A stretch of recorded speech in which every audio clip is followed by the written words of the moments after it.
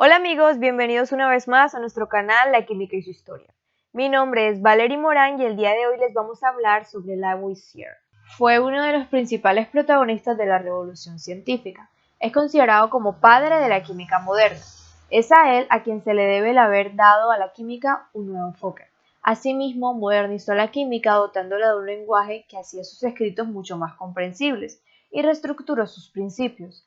Anthony Laurent Lavoisier nació en París en 1743, dentro de una familia de gran tradición en el mundo de las leyes. Su padre era abogado, su madre provenía de una familia de juristas y murió cuando Lavoisier solo tenía 5 años. En 1754 empezó sus estudios en el Colegio de las Cuatro Naciones, donde estudió durante 9 años. Después hizo la carrera de abogado en la Universidad de París por petición de su padre y alcanzó el grado de licenciado en 1764.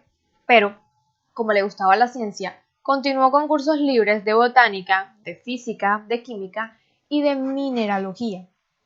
En el año 1764 presentó un proyecto para alumbrar París que recibió un premio al mejor estudio. En 1765, Lavoisier redactó 2 informes sobre el yeso, mineral empleado en París para blanquear las casas, y observó que la única diferencia entre el yeso cristalizado y el yeso en polvo era el agua de hidratación, y que se podían transformar el uno en el otro simplemente ganando o perdiendo agua.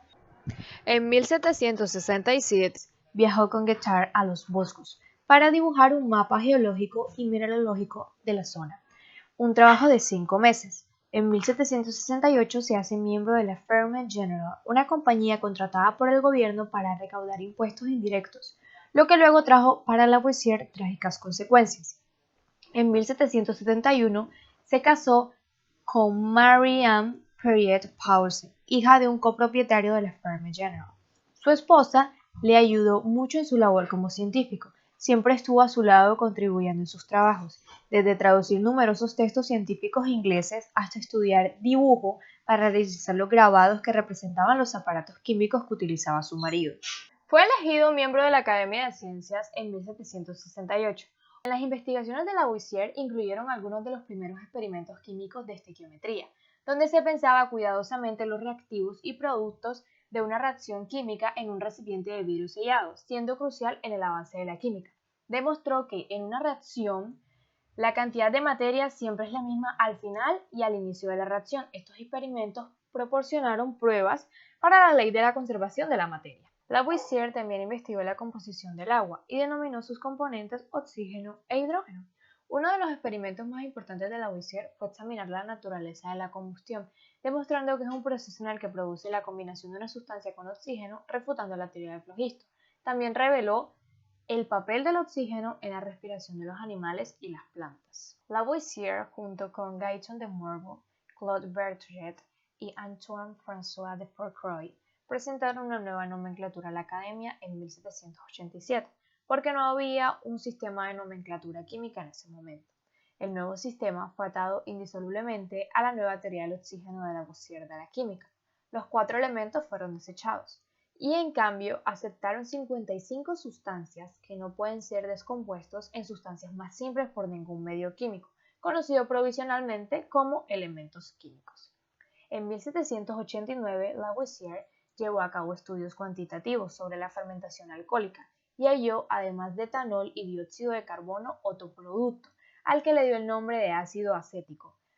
En 1793 es hecho prisionero, en parte por su condición de Fermier, que es como se le llama a los socios de la empresa contratada por el gobierno para recaudar impuestos indirectos, y por otra parte, por el odio que Marat le tenía por celos en el aspecto científico. Es juzgado y condenado a la pena capital, muriendo guillotinado en 1794. De la imagen de Lavoisier no hay más que algunos cuadros y grabados. En 1890 se le dedicó una escultura, pero la cabeza no correspondía a la suya, sino a la de un filósofo contemporáneo. Esa escultura fue destruida durante la Segunda Guerra Mundial. Lavoisier escribió parte de algunos libros, multitud de memorias, informes, trabajos, anotaciones en sus cuadernos de laboratorio, recogido la mayor parte en las memorias de la Academia de Ciencias. Entre sus libros hay que destacar sus Elements, obra dedicada básicamente a los aparatos químicos. También es importante su aparición en el libro sobre la nueva nomenclatura química, pero su obra cumbre es sin lugar a dudas su Tratado Elemental de Química, publicado en 1784. En él, entre otros importantes aspectos, hace la definición de elementos químicos, incluyendo una lista con 33 sustancias simples y expone su teoría del oxígeno y su teoría sobre la composición química de la materia. Contribuciones de Antoine Lavoisier. En una reacción química ordinaria, la masa permanece constante, es decir, la masa consumida de los reactivos es igual a la masa obtenida de los productos. Esta cita esconde una de las postulaciones más famosas de la historia de la ciencia. La materia ni se crea ni se destruye, solo se transforma.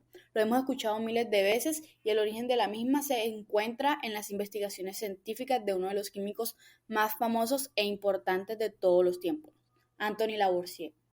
Según Guillermo Boido, Lavoisier partió de dos supuestos centrales, el de la conservación de la masa a través de las transformaciones de la materia y el de una jerarquía de sustancias de complejidad creciente a partir de los elementos simples.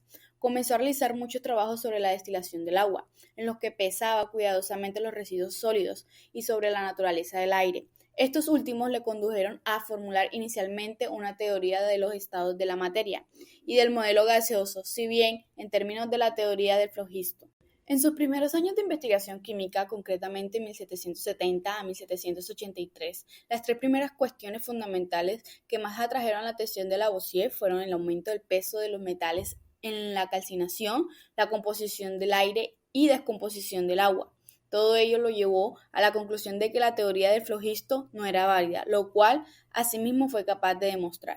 Trabajo sobre metales. En los experimentos de Lavoisier sobre el aire y los gases fueron esenciales todos los aparatos para recogerlos y analizarlos, ideados por otros científicos como el inglés Hales, Cavendish y Presley, y fue gracias a la traducción de su esposa, Annie Marie, que Lavoisier llegó a la conclusión de que el aire se fijaba en muchas reacciones, como era el caso de la calcinación de los metales. A su vez, el aire fijado se volvía a desprender en el proceso inverso, es decir, cuando el producto de calcinación correspondiente se descomponía. Todos estos hechos contradicen la teoría del flogisto, ya que según ella, al quemarse el metal debería perder flogisto, con lo cual perdería peso en lugar de ganarlo. Lavoisier estudió empíricamente la descomposición del oxígeno de plomo mediante una reacción de tostación con carbón vegetal, para intentar pasarlo a metal, lo que permitió observar que se desprendía un gran volumen de aire. También analizó la combustión del azufre y del fósforo, pesando los productos de combustión. Con el estaño hizo lo mismo y al calentarlo en un recipiente cerrado, las medidas ponderales le demostraron un hecho importante, que el aumento del peso del metal era igual a la disminución del peso del aire en el recipiente. Llegó así a la conclusión de que era el aire el responsable del proceso de la combustión y también el aumento del peso de los materiales que sufría esa reacción. Trabajó sobre la composición del aire. Lavoisier revisó todo ello y pensó al principio que el aire deflogistado era un aire puro, aunque sería un integrante del aire atmosférico, del cual otra parte se sabía que era muy complejo. Pero después de 1778 rectificó esta última idea argumentando que el aire deflogistizado era la parte más pura del aire atmosférico, del que sería contribuyente y haciendo además responsable del aumento del peso de los metales en la calcinación, por lo que formaría parte de los óxidos. Este sería el aire responsable y lo bautizó como oxígeno, que significaba formador de ácidos, debido a que el carbono y los no metales daban con el óxido de carácter ácido.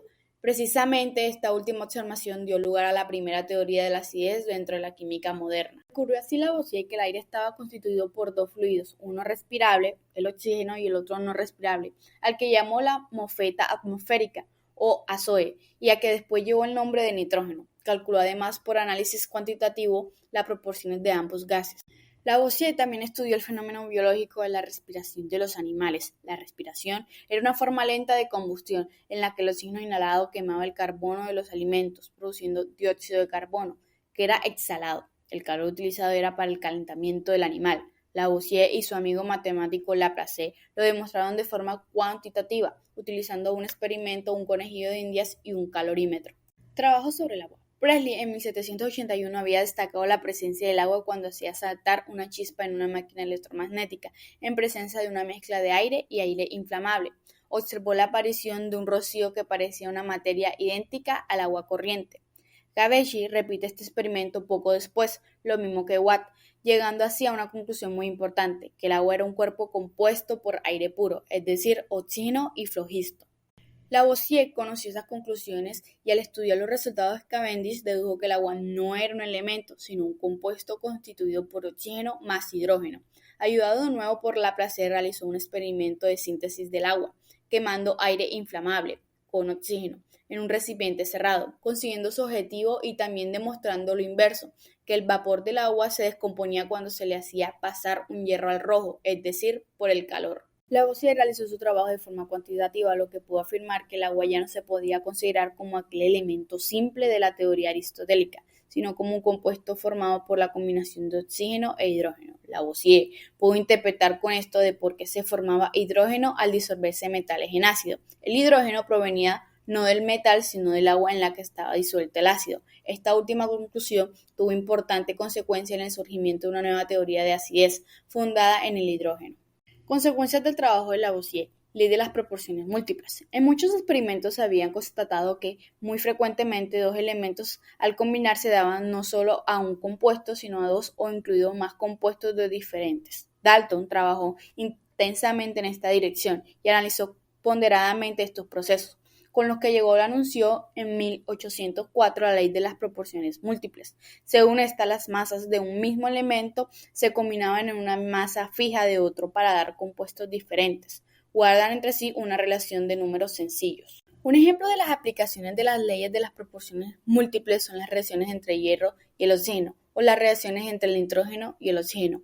Entre los ejercicios de química general es habitual que se solicite la comprobación de la ley de las proporciones múltiples. Este proceso tiene dos etapas. 1. Calcular las masas de los elementos A que se combinan con las mismas masas de los otros elementos B en los distintos compuestos que se forman. 2. Comprobar que esas masas del elemento A están entre sí en una relación sencilla expresable por los cocientes de los números enteros. Se puede comprobar que los números enteros que aparecen en los cocientes tienen la relación con la fórmula de las sustancias consideradas. Ley de Gay-Lussac. Relación entre la presión y la temperatura de un gas cuando el volumen es constante fue enunciada por Joseph Louis Gay-Lussac a principios de 1800. Establece la relación entre la temperatura y la presión de un gas cuando el volumen es constante. Al aumentar la temperatura, las moléculas del gas se mueven más rápidamente y por tanto aumentan el número de choques contra las paredes. Es decir, aumenta la presión ya que el recipiente de estas paredes fijas y su volumen no pueden cambiar. Gay-Lussac descubrió que en cualquier momento de este proceso el cociente entre la presión y la temperatura siempre tiene el mismo valor. Presión sobre temperatura es igual a Kelvin. Supongamos que tenemos un gas que se encuentra a una presión 1 y a una temperatura que se encuentra a una temperatura 1. Al comienzo del experimento, si variamos la temperatura hasta un valor de temperatura 2, entonces la presión cambiará a presión 2 y se cumplirá presión 1 sobre temperatura 1 igual a presión 2 sobre temperatura 2, que es otra manera de expresar la ley Gay-Lussac. Esta ley, al igual que la de Charles, está expresada en función de la temperatura absoluta, al igual que la ley de Charles. Las temperaturas han de expresarse en Kelvin. La estequiometría. El primero que anunció los principios de la estequiometría fue Jeremias Benjamin Richter en 1792. Escribió: la estequiometría es la ciencia que mide las proporciones cuantitativas o las relaciones de masa en la que los elementos químicos que están implicados. En la parte de la química se refiere a las determinaciones de las masas de combinaciones de las sustancias. En una reacción química hace referencia al número relativo de átomos de varios elementos encontrados en sustancias químicas y a menudo resulta útil en la calificación de una reacción química. En otras palabras, se puede definir como la parte de la química que trata sobre las relaciones cuantitativas entre los elementos y los compuestos de reacciones químicas. A escala microscópica, las reacciones químicas es una modificación de los enlaces entre átomos por desplazamiento de electrones. Unos enlaces se rompen y otros se forman, pero los átomos implicados se conservan. Esto es lo que llamamos la ley de la conservación de la masa, que implica dos leyes: la conservación del número de átomos de cada elemento químico y la conservación de la carga total. Las relaciones estequiométricas entre las cantidades de reactivos consumidos y productos formados dependen directamente de estas leyes de conservación y están determinadas por las ecuaciones de las Gracias por ver reacciones. el video y no olvides suscribirte al canal y darle like.